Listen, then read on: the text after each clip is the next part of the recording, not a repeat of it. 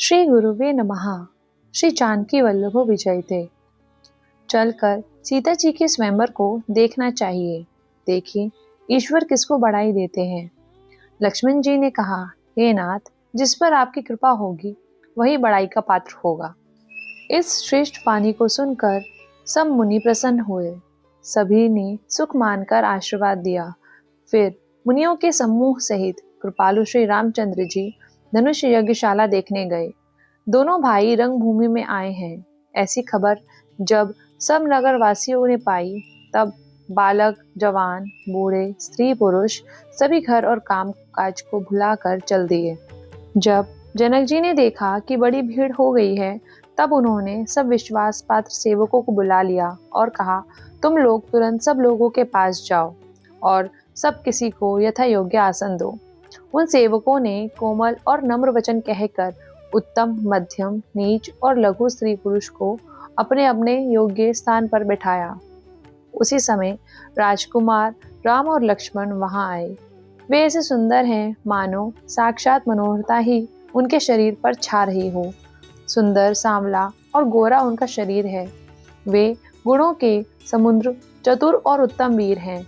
वे राजाओं के समाज में ऐसे सुशोभित हो रहे हैं मानो तारागणों के बीच दो पूर्ण चंद्रमा हो। जिनकी जैसी भावना थी प्रभु की मूर्ति उन्होंने वैसी ही देखी। महान रणधीर श्री रामचंद्र जी के रूप को ऐसा देख रहे हैं मानो स्वयं वीर रस शरीर धारण किए हो। कुटिल राजा प्रभु को देखकर डर गए मानो बड़ी भयानक मूर्ति हो। छल से जो राक्षस महाराजाओं के वेश में बैठे थे, उन्होंने प्रभु को प्रत्यक्ष काल के समान देखा। नगर निवासियों ने दोनों भाइयों को मनुष्यों के भूषण रूप और नेत्रों को सुख देने वाला देखा। स्त्रियां हृदय में हर्षित होकर अपनी अपनी रुचि के अनुसार उन्हें देख रही हैं। मानो श्रृंगार रस ही परम अनुपम मूर्ति धारण किए सुशोभित हो रहा है। विद्वानों को प्रभु विराट रूप में दिखाई दिए, जिसके बहुत से मुंह, हाथ, पैर, नेत्र और सिर हैं।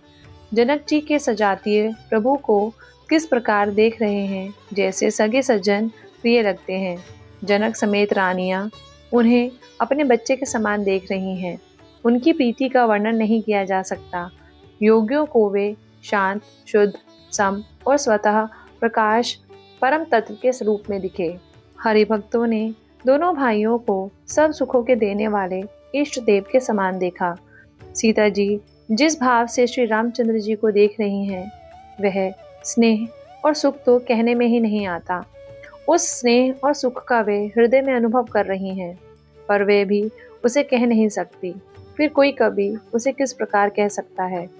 इस प्रकार जिसका जैसा भाव था, उसने कौशलाधीश श्री रामचंद्र जी को वैसा ही देखा।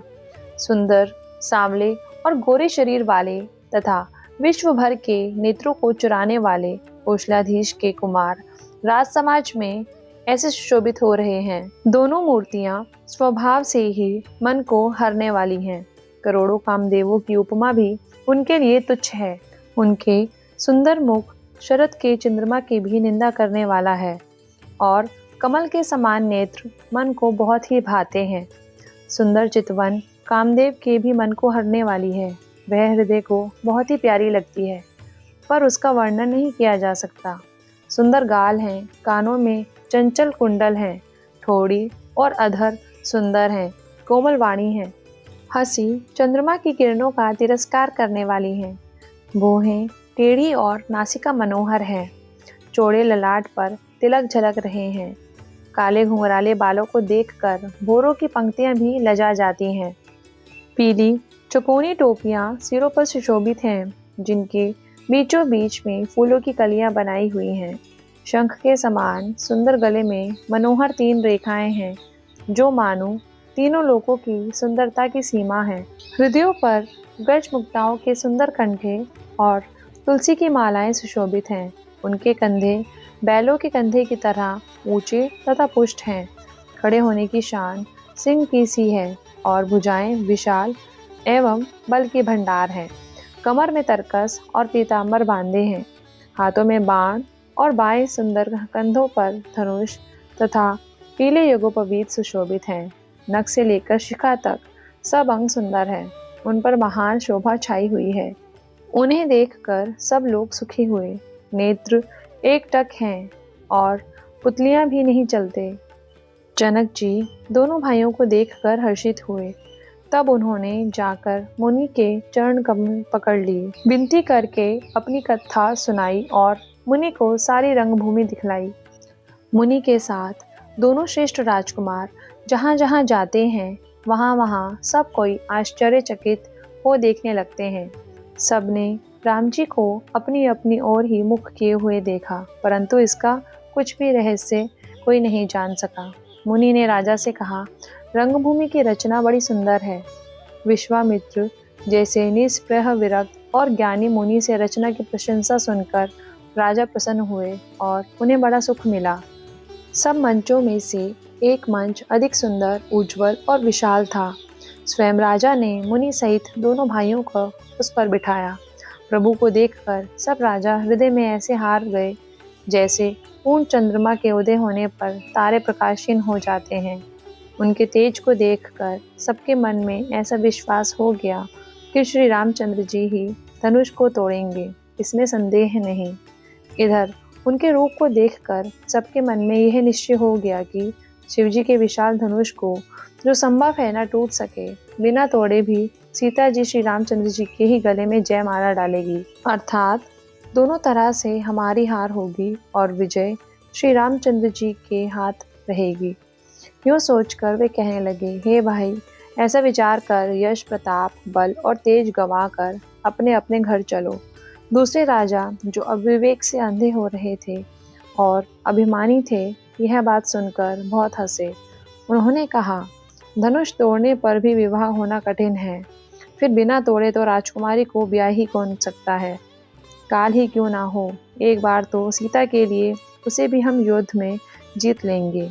यह घमंड की बात सुनकर दूसरे राजा जो धर्मात्मा, हरिभक्त और सयाने थे, मुस्कुराए। उन्होंने कहा, राजाओं के गर्व दूर करके जो धनुष किसी से नहीं टूट सकेगा, उसे तोड़कर श्री रामचंद्र जी सीता जी को ब्याहेंगे। महाराज दशरथ जी के रण में बाकी पुत्रों को युद्ध में तो जीत ही कौन सकता है। गाल बजाकर व्यर्थ ही मत मरो, मन के लड्डुओं से भी कहीं भूख बुझती है। हमारी पवित्र सिख को सुनकर सीता जी को अपने जी में साक्षात जगजननी समझो और श्री रघुनाथ जी को जगत का पिता विचार कर नेत्र भरकर उनकी छवि देख लो। सुंदर, सुख देने वाले और समस्त गुणों की राशि ये दोनों भाई शिवजी के हृदय में बसने वाले हैं। स्वयं शिवजी भी जिन्हें सदा हृदय में छिपाए रखते हैं, वे तुम्हारे नेत्रों के सामने आ गए हैं। समीप आए हुए अमृत के समुद्र को छोड़कर तुम मृगजल को देखकर दौड़कर क्यों मरते हो। फिर जिसको जो अच्छा लगे वही जाकर करो। हमने तो श्री रामचंद्र जी के दर्शन करके आज जन्म लेने का फल पा लिया। ऐसा कहकर अच्छे राजा लोग प्रेम मग्न होकर श्री राम जी का अनुपम रूप देखने लगे। मनुष्यों की तो बात ही क्या, देवता लोग भी आकाश से विमानों पर चढ़े हुए दर्शन कर रहे हैं और सुंदर गान करते हुए फूल बरसा रहे हैं। तब सुअवसर जानकर जनक जी ने सीता जी को बुला भेजा। सब चतुर और सुंदर सखियां आदर पूर्वक उन्हें लिवा चली। रूप और गुणों की खान जग जननी जानकी जी की शोभा का वर्णन नहीं हो सकता। उनके लिए मुझे सब उपमाएं तुच्छ लगती हैं, क्योंकि वे लौकिक स्त्रियों के अंगों से अनुराग रखने वाली हैं। सीता जी के वर्णन में उन्हीं उपमाओं को देकर कौन कुकवि कहलाए और अपयश का भागी बने। यदि किसी स्त्री के साथ सीता जी की तुलना की जाए तो जगत में ऐसी सुंदर युवती है ही कहाँ। पृथ्वी की स्त्रियों की तो बात ही क्या, देवताओं की स्त्रियों को भी यदि देखा जाए तो हमारी अपेक्षा कहीं अधिक दिव्य और सुंदर है। तो उनमें सरस्वती तो बहुत बोलने वाली हैं, पार्वती अर्धांगिनी है, अर्थात अर्ध नारी नटेश्वर के रूप में उनका आधा ही अंग स्त्री का है, शेष आधा अंग पुरुष शिवजी का है। कामदेव की स्त्री रति पति को बिना शरीर का जानकर बहुत दुखी रहती है और जिनके विष और मद्य जैसे प्रिय भाई हैं, उन लक्ष्मी के समान तो जानकी जी को कहा ही कैसे जाए। जिन लक्ष्मी जी की ऊपर बात कही गई है वे निकली थी खारे समुद्र से। जिसको मथने के लिए भगवान ने अति कर्कश पीठ वाले कच्छप का रूप धारण किया। रस्सी बनाई गई महान विषधर वासुकी नाग की। मथानी का कार्य किया अतिशय कठोर मंदराचल पर्वत ने, और उसे मथा सारे देवताओं और दैत्यों ने मिलकर। जिन लक्ष्मी जी को अतिशय शोभा की खान और अनुपम सुंदरी कहते हैं, उनको प्रकट करने में हेतु बने हैं ये सब असुंदर एवं स्वाभाविक ही कठोर उपकरण। ऐसे उपकरणों से प्रकट हुई लक्ष्मी श्री जानकी जी की समता को कैसे पा सकती हैं? हाँ, इसके विपरीत यदि छवि रूपी अमृत का समुद्र हो, परम रूपमय कच्छप हो, शोभा रूप रस्सी हो, श्रृंगार पर्वत हो और स्वयं कामदेव अपने ही कर कमल से मथे, इस प्रकार का संयोग होने से जब सुंदरता और सुख की मूल लक्ष्मी उत्पन्न हो, तो भी कवि लोग उसे संकोच के साथ सीता जी के समान कहेंगे। सयानी सखियां सीता जी को साथ लेकर मनोहर वाणी से गीत गाती हुई चली। सीता जी के नवल शरीर पर सुंदर साड़ी सुशोभित है। जग जननी की महान छवि अतुलनीय है। सब आभूषण अपनी अपनी जगह पर सुशोभित हैं, जिन्हें सखियों ने अंग अंग में भली भांति सजाकर पहनाया है। जब सीता जी ने रंगभूमि में पैर रखा, तब उनका रूप देखकर स्त्री पुरुष सभी मोहित हो गए। देवताओं ने हर्षित होकर नगाड़े बजाए और पुष्प बरसाकर अप्सराएं गाने लगी। सीता जी के कर कमलों में जयमाला सुशोभित है। सब राजा चकित होकर अचानक उनकी ओर देखने लगे। सीता जी चकित चित्त से श्री रामचंद्र जी को देखने लगी। तब सब राजा लोग मोह के वश हो गए। सीता जी ने मुनि के पास बैठे हुए दोनों भाइयों को देखा तो उनके नेत्र अपना खजाना पाकर ललचाकर वहीं श्री राम जी में जा लगे। परंतु गुरुजनों की लाज से बहुत बड़े समाज को देखकर सीता जी सकुचा गई। वे श्री रामचंद्र जी को हृदय में लाकर सखियों की ओर देखने लगी। श्री रामचंद्र जी का रूप और सीता जी की छवि देखकर स्त्री पुरुषों ने पलक मारना छोड़ दिया। सभी अपने मन में सोचते हैं पर कहते सकुचाते हैं। मन ही मन वे विधाता से विनय करते हैं, हे विधाता, जनक की मूर्ता को शीघ्र हर लीजिए और हमारी ही ऐसी सुंदर बुद्धि उन्हें दीजिए कि जिससे बिना ही विचार किए राजा अपना प्रण छोड़कर सीता जी का विवाह राम जी से कर दें। संसार उन्हें भला कहेगा, क्योंकि यह बात सब किसी को अच्छी लगती है। हट करने से अंत में भी हृदय जलेगा। सब लोग इसी लालसा में मग्न हो रहे हैं कि जानकी जी की योग्य वर तो यह सांवला ही है। तब राजा जनक ने बंदी जनों को बुलाया। वे विरुदावली गाते हुए चले। राजा ने कहा, जाकर मेरा प्रण सबसे कहो। भाट चले, उनके हृदय में कम आनंद ना था। भाटों ने श्रेष्ठ वचन कहा, हे पृथ्वी की पालना करने वाले सब राजागण, सुनिए, हम अपनी भुजा उठाकर जनक जी का विशाल प्रण कहते हैं। राजाओं की भुजाओं का बल चंद्रमा है, शिवजी का धनुष राहु है। वह भारी है, कठोर है, यह सबको विदित है। बड़े भारी योद्धा रावण और बाणासुर भी इस धनुष को देखकर गौ से चलते बने। उसी शिवजी के कठोर धनुष को आज इस सभा में जो भी तोड़ेगा, तीनों लोकों की विजय के साथ ही उसको जानकी जी बिना किसी विचार के हठ पूर्वक वरण करेगी। प्रण सुनकर सब राजा लोग ललचा उठे। जो वीरता के अभिमानी थे वे मन में बहुत ही तमतमाए, कमर कसकर अकुला कर उठे और अपने इष्ट देवों को सिर नवाकर चले। वे बड़े ताप से शिवजी के धनुष की ओर देखते हैं और फिर निगाह जमा कर उसे पकड़ते हैं। करोड़ों भ्रांति से जोर लगाते हैं, पर वह उठता नहीं। जिन राजाओं के मन में कुछ विवेक है वे धनुष के पास ही नहीं जाते। वे मूर्ख राजा तमक कर धनुष को पकड़ते हैं, परंतु जब नहीं उठता तब वे लजा कर चले जाते हैं। मानो वीरों की भुजाओं का बल पाकर वह धनुष अधिक भारी होता जाता है। तब 10,000 राजा एक ही बार धनुष को उठाने लगे, तो भी वह उनके टाले नहीं टलता। शिवजी का वह धनुष कैसे नहीं दिखता था, जैसे कामी पुरुष के वचनों से सती का मन चलायमान नहीं होता। सब राजा उपहास के योग्य हो गए, जैसे वैराग्य के बिना सन्यासी उपहास के योग्य हो जाता है। कीर्ति, विजय, बड़ी वीरता, इन सबको वे धनुष के हाथों बरबस हार कर चले गए। राजा लोग हृदय से हार कर श्रीहीन हो गए और अपने अपने समाज में जा बैठे। राजाओं को देखकर जनक उकला उठे और ऐसे वचन बोले जो मानो क्रोध में सने हुए थे। मैंने जो प्रण ठाना था उसे सुनकर द्वीप के अनेकों राजा आए। देवता और दैत्य भी मनुष्य का शरीर धारण करके आए तथा और भी बहुत से रणधीर वीर आए। परंतु धनुष को तोड़कर मनोहर कन्या, बड़ी विजय और अत्यंत सुंदर कीर्ति को पाने वाला मानो ब्रह्मा जी ने किसी को रचा ही नहीं है। कहिए यह लाभ किसको अच्छा नहीं लगता, परंतु किसी ने भी शंकर जी का धनुष नहीं चढ़ाया। अरे भाई, चढ़ाना और तोड़ना तो दूर रहा, कोई तिल भर भूमि भी छुड़ा ना सका। अब कोई वीरता का अभिमानी नाराज ना हो। मैंने जान लिया पृथ्वी वीरों से खाली हो गई। अब आशा छोड़कर अपने अपने घर जाओ। ब्रह्मा ने सीता का विवाह लिखा ही नहीं। यदि प्रण छोड़ता हूँ तो पुण्य जाता है, इसलिए क्या करूँ, कन्याकुमारी ही रहे। यदि मैं जानता कि पृथ्वी वीरों से शून्य है तो प्रण करके उपहास का पात्र ना बनता।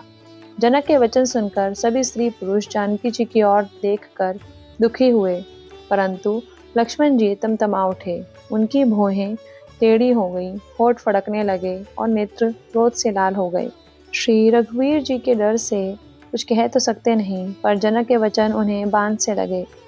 श्री रामचंद्र जी के चरण कमलों में सिर निवाकर वे यथार्थ वचन बोले। रघुवंशियों में कोई भी जहाँ होता है उस समाज में ऐसे वचन कोई नहीं कहता, जैसे अनुचित वचन रघुकुल शिरोमणि श्री रामचंद्र जी को उपस्थित जानते हुए श्री जनक जी ने कहे हैं। हे सूर्य कुल रूपी कमल के सूर्य, सुनिए, मैं स्वभाव से ही कहता हूँ, कुछ अभिमान करके नहीं। यदि आपकी आज्ञा पाऊं तो मैं ब्रह्मांड को गेंद की तरह उठा लूं और उसे कच्चे घड़े की तरह फोड़ डालूं। मैं सुमेरु पर्वत को मूली की तरह तोड़ सकता हूँ। हे भगवान, आपके प्रताप की महिमा से यह बेचारा पुराना धनुष तो कौन चीज है। ऐसा जानकर हे नाथ, आज्ञा हो तो कुछ खेल करूं, उसे भी देखिए। धनुष को कमल की डंडी की तरह चढ़ाकर उसे 100 योजन तक दौड़ा लिए चला जाऊं। हे नाथ, आपके प्रताप के बल से धनुष को कुकुर मुत्ते की तरह तोड़ दूं। यदि ऐसा ना करूं तो प्रभु के चरणों की शपथ है, फिर मैं धनुष और तरकस को कभी हाथ में भी ना लूंगा। ज्यों ही लक्ष्मण जी क्रोध से भरे वचन बोले कि पृथ्वी डगमगा उठी और दिशाओं के हाथी कांप गए। सभी लोग और सब राजा डर गए। सीता जी के हृदय में हर्ष हुआ और जनक जी सुकुचा गए। गुरु विश्वामित्र जी, श्री रघुनाथ जी और सब मुनि मन में प्रसन्न हुए और बार बार पुलकित होने लगे। श्री रामचंद्र जी ने इशारे से लक्ष्मण को मना किया और प्रेम सहित अपने पास बैठा लिया। विश्वामित्र जी शुभ अवसर जानकर अत्यंत प्रेम भरी वाणी बोले। हे राम, उठो, शिवजी का धनुष तोड़ो और हे तात, जनक का संताप मिटाओ। गुरुजी के वचन सुनकर श्री राम जी ने चरणों में सिर निवाया। उनके मन में न हर्ष हुआ न विषाद, और वे अपने खड़े होने की शान से जवान सिंह को भी लजाते हुए सहज स्वभाव से ही उठ खड़े हुए। मंच रूपी उद्याचल पर रघुनाथ जी रूपी बाल सूर्य के उदय होते ही सब संत रूपी कमल खिल उठे और नेत्र रूपी भोरे हर्षित हो गए। राजाओं की आशा रूपी रात्रि नष्ट हो गई। उनके वचन रूपी तारों के समूह का चमकना बंद हो गया। अभिमानी राजा रूपी कुमुद संकुचित हो गए और कपटी राजा रूपी उल्लू छिप गए।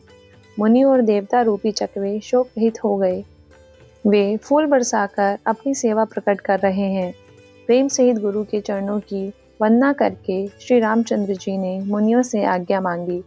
समस्त जगत के स्वामी श्री राम जी सुंदर मत वाले श्रेष्ठ हाथी किसी चाल से स्वाभाविक ही चले। श्री रामचंद्र जी के चलते ही नगर भर के सब स्त्री पुरुष सुखी हो गए और उनके शरीर रोमांच से भर गए। उन्होंने पितर और देवताओं की वंदना करके अपने पुण्यों का स्मरण किया।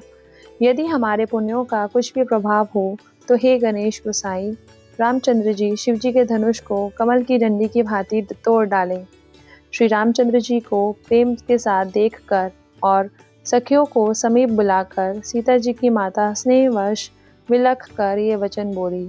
हे सखी, ये जो हमारे हितु कहलाते हैं वे भी सब तमाशा देखने वाले हैं। कोई भी गुरु विश्वामित्र को समझाकर नहीं कहता कि ये बालक हैं, इनके लिए ऐसा हट अच्छा नहीं। रावण और बाणासुर ने जिस धनुष को छुआ तक नहीं और सब राजा घमंड करके हार गए। वही धनुष इस सुकुमार राजकुमार के हाथ में दे रहे हैं। हंस के बच्चे भी कहीं मंदराचल पहाड़ उठा सकते हैं। राजा का भी सारा सयानापन समाप्त हो गया है। हे सखी, विधाता की गति कुछ जानने में नहीं आती। यूं कहकर रानी चुप हो गई। तब एक चतुर राम जी के महत्व को जानने वाली सखी कोमल वाणी से बोली, हे रानी, तेजवान को देखने में छोटा होने पर भी छोटा नहीं गिनना चाहिए। कहाँ घड़े से उत्पन्न होने वाले मुनि अगस्त्य और कहाँ अपार समुद्र, किंतु उन्होंने उसे सोख लिया जिसका सुयश सारे संसार में छाया हुआ है। सूर्यमंडल देखने में छोटा लगता है, पर उसका उदय होते ही तीनों लोकों का अंधकार भाग जाता है। जिसके वश में ब्रह्मा, विष्णु, शिव और सभी देवता हैं, वह मंत्र अत्यंत छोटा है। महान मतवाले गजराज को छोटा सा अंकुश वश में कर लेता है। कामदेव ने फूलों का ही धनुष बाण लेकर समस्त लोगों को अपने वश में कर रखा है। हे देवी, ऐसा जानकर संदेह त्याग दीजिए। हे रानी, सुनिए, रामचंद्र जी धनुष को अवश्य ही तोड़ेंगे। सखी के वचन सुनकर रानी को विश्वास हो गया।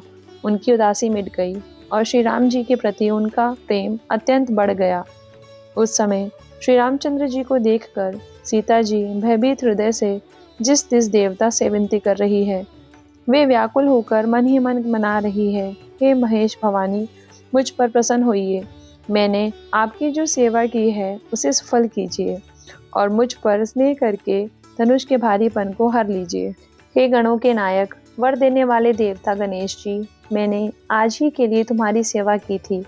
बार बार मेरी विनती सुनकर धनुष का भारीपन बहुत ही कम कर दीजिए। श्री रघुनाथ जी की ओर देख देख कर सीता जी धीरज धरकर देवताओं को मना रही है। उनके नेत्रों में प्रेम के आंसू भरे हैं और शरीर में रोमांच हो रहा है। अच्छी तरह नेत्र भरकर श्री राम जी की शोभा देखकर फिर पिता के प्रण को स्मरण करके सीता जी का मन शुद्ध हो उठा।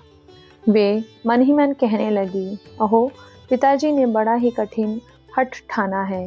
वे लाभ हानि कुछ भी नहीं समझ रहे हैं। मंत्री डर रहे हैं, इसलिए उन्हें कोई सीख नहीं देता। पंडितों की सभा में यह बड़ा अनुचित हो रहा है। कहाँ तो वज्र से भी बढ़कर कठोर धनुष और कहाँ ये कोमल शरीर, किशोर, श्याम सुंदर। हे विधाता, मैं हृदय में किस तरह धीरज धरूं? सिरस के फूल के कण से कहीं हीरा छेदा जा सकता है? सारी सभा की बुद्धि मूली हो गई है। अतः हे शिव जी के धनुष, अब तो मुझे तुम्हारा ही आसरा है। तुम अपनी जड़ता लोगों पर डालकर श्री रघुनाथ जी को देखकर उतने ही हल्के हो जाओ। इस प्रकार सीता जी के मन में बड़ा ही संताप हो रहा है। निमेष का एक लव भी 100 युगों के समान बीत रहा है। प्रभु श्री रामचंद्र जी को देखकर फिर पृथ्वी की ओर देखती हुई सीता जी के चंचल नेत्र इस प्रकार सुशोभित हो रहे हैं, मानो चंद्रमंडल रूपी डोल में कामदेव की 2 मछलियां खेल रही हों। सीता जी की वाणी रूपी भ्रमरी को उनके मुख रूपी कमल ने रोक रखा है। राज रूपी रात्रि को देखकर वह प्रकट नहीं हो रही हैं। नेत्रों का जल नेत्रों के कोनों में ही रह जाता है, जैसे बड़े भारी कंजूस का सोना कोने में ही गड़ा रह जाता है। अपनी बढ़ी हुई व्याकुलता जानकर सीता जी सकुचा गईं और धीरज धरकर हृदय में विश्वास ले आई कि यदि तन, मन और वचन से मेरा प्रण सच्चा है और श्री रघुनाथ जी के चरण कमलों में मेरा चित्त वास्तव में अनुरुक्त है, तो सबके हृदय में निवास करने वाले भगवान मुझे रघुश्रेष्ठ श्री रामचंद्र जी की दासी अवश्य बनाएंगे। जिसका जिस पर सच्चा स्नेह होता है वह उसे मिलता है, इसमें कुछ भी संदेह नहीं है। प्रभु की ओर देखकर सीता जी ने शरीर के द्वारा प्रेम ठान लिया। कृपा निधान श्री राम जी सब जान गए। उन्होंने सीता जी को देखकर धनुष की ओर कैसे ताका, जैसे गरुड़ जी छोटे से सांप की ओर देखते हैं। इधर जब लक्ष्मण जी ने देखा कि रघुकुल मणि श्री रामचंद्र जी ने शिव जी के धनुष की ओर ताका है, तो वे शरीर से पुलकित हो ब्रह्मांड को चरणों से दबाकर निम्नलिखित वचन बोले, हे दिग्गजों, हे कच्छप, हे शेष, हे वाराह, धीरज धरकर पृथ्वी को थामे रहो, जिसमें यह हिलने न पावे। श्री रामचंद्र जी शिव जी के धनुष को तोड़ना चाहते हैं। मेरी आज्ञा सुनकर सब सावधान हो जाओ। श्री रामचंद्र जी जब धनुष के समीप आए, तब सब स्त्री पुरुषों ने देवताओं को और पुण्यों को मनाया। सबका संदेह और अज्ञान, नीच राजाओं का अभिमान, परशुराम जी के गर्भ की गुरुता, देवता और श्रेष्ठ मुनियों की कातरता, सीता जी का सोच, जनक का पश्चाताप और रानियों के दारुण दुख का दावानल, ये सब शिवजी के धनुष रूपी बड़े जहाज को पाकर समाज बनाकर उस पर जा चढ़े। ये श्री रामचंद्र जी की भुजाओं के बल रूपी अपार समुद्र के पार जाना चाहते हैं, परंतु कोई केवट नहीं है। श्री राम जी ने सब लोगों की ओर देखा, उन्हें चित्र में लिखे हुए से देखकर फिर कृपाधाम श्री राम जी ने सीता जी की ओर देखा और उन्हें विशेष व्याकुल जाना। उन्होंने जानकी जी को बहुत ही विकल देखा। उनका एक एक क्षण कल्प के समान बीत रहा था। यदि प्यासा आदमी पानी के बिना शरीर छोड़ दे तो उसके मर जाने पर अमृत का तालाब भी क्या करेगा।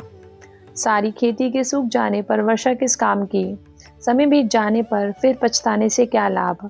जी में ऐसा समझकर श्री राम जी ने जानकी जी की ओर देखा और उनका विशेष प्रेम लखकर वे पुलकित हो गए। मन ही मन उन्होंने गुरु को प्रणाम किया और बड़ी फुर्ती से धनुष को उठा लिया। जब उसे हाथ में लिया तब वह धनुष बिजली की तरह चमका और फिर आकाश में मंडल जैसा हो गया।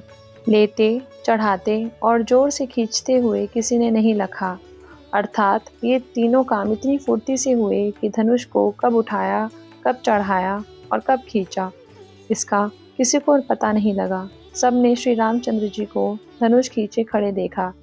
उसी क्षण श्री राम जी ने धनुष को बीच से तोड़ डाला। भयंकर कठोर ध्वनि से सब लोग भर गए। घोर कठोर शब्द से लोग भर गए। सूर्य के घोड़े मार्ग छोड़कर चलने लगे। दिग्गज चिंघाड़ने लगे। धरती डोलने लगी।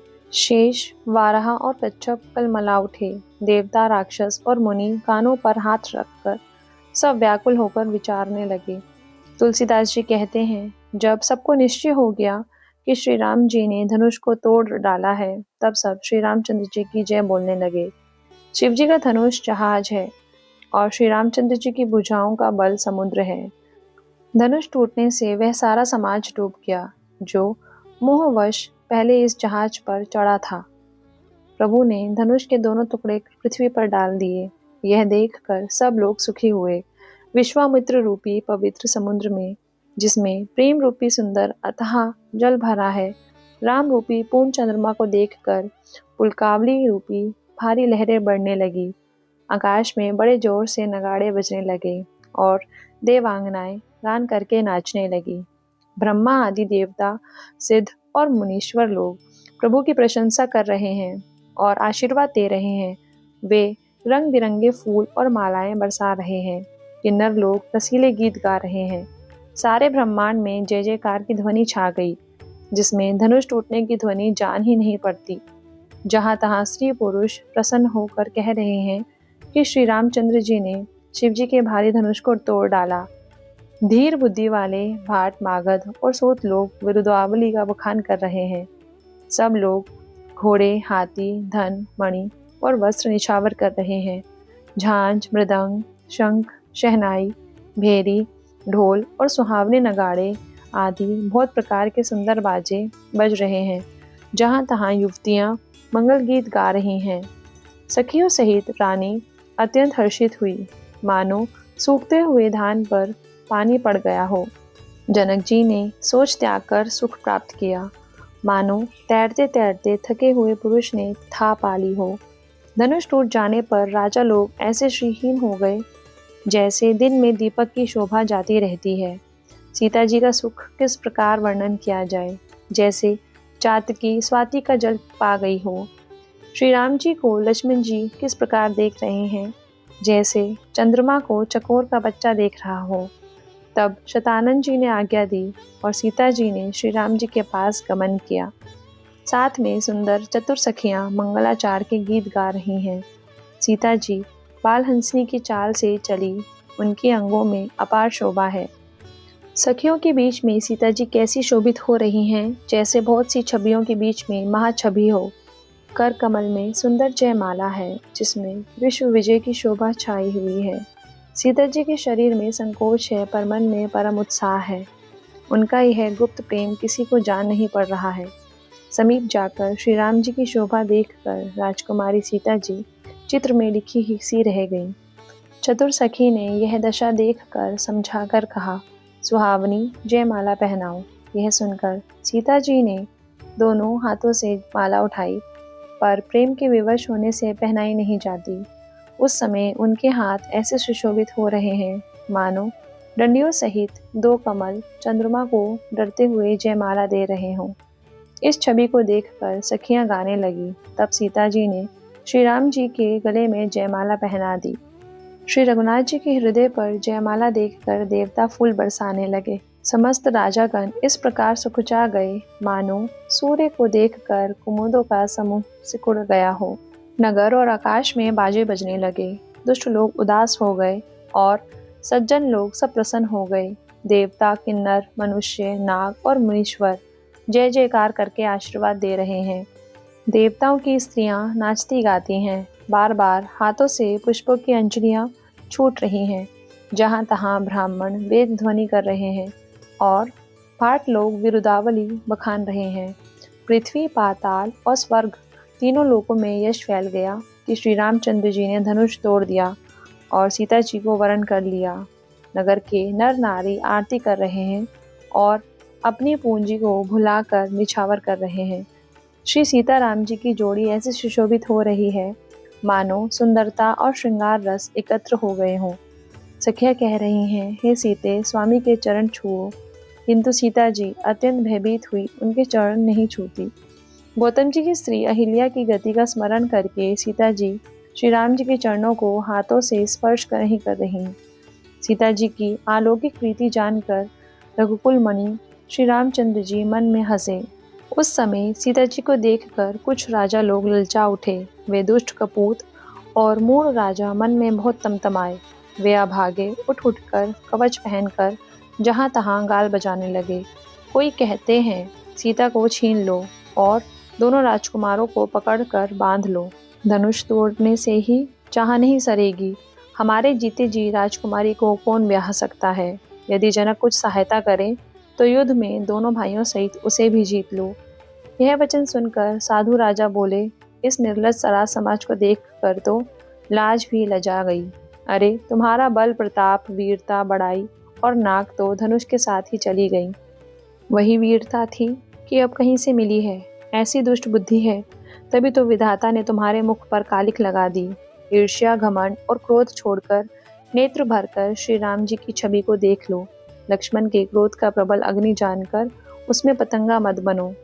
जैसे गरुड़ का भाग कौवा चाहे, सिंह का भाग खरगोश चाहे, बिना कारण ही क्रोध करने वाला अपनी कुशल चाहे, शिवजी से विरोध करने वाला सब प्रकार की संपत्ति चाहे, लोभी लालची सुंदर कीर्ति चाहे, कामी मनुष्य निष्कलंकता चाहे, क्या पा सकता है।